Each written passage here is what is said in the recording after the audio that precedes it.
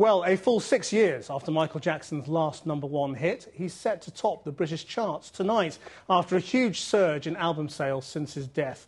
Across the world, there's been no let-up in Jacko-mania as fans and celebrities continue to pay tribute to the King of Pop, as Kemi Nzerim reports. It's too late to cancel the publicity for his comeback tour. Ravaged face on the cover, and inside, questions about his state of mind. But at the world's biggest music festival came tributes, subtle, Lily Allen donning a simple sequined glove, and effusive.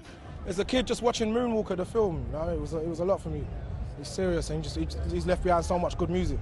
The biggest force in modern R&B, Pharrell Williams, spoke of how songs he'd written for Michael Jackson helped make Justin Timberlake. I remember playing the songs for his manager at the time, and his manager was like, "These songs are not good enough." And the songs ended up going to Justin, and Michael would always, every time I ever seen him, he'd always bring that up, and he would laugh so hard that he would literally, he would fall out on the couch like a kid. While Britpop impresario Jarvis Cocker might never have appreciated Jackson's charms. Jarvis, have you got anything to say about Michael Jackson? No. Others apparently beg to differ. I'm not a royalist. That's one reason I live in the States now. But as long as we had to have a king of pop, he was great. You know, now we just have a chancellor or something.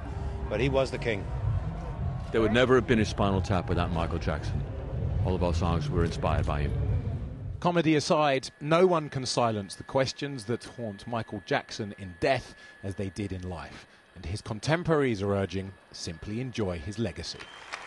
I would hope that all of you will know that the most important thing that we have to remember is that God blessed us with a talented man who brought joy through his music and his songwriting, and his dancing and his videos,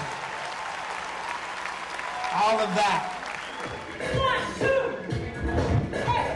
Work that has endured every musical whim for nearly half a century. Michael Jackson was an artist, and he lived everything through his art, and because his art lives on, his spirit will live on through that. I mean, not many people knew him personally, so they only identify with his music, and he's still there. His spirit's still there. The King of Pop was the inspiration behind dance studios the world over. And it would seem for these prisoners in the Philippines with their rendition of Thriller, the biggest selling album of all time. Released in 1982, it is by all accounts set to return to #1.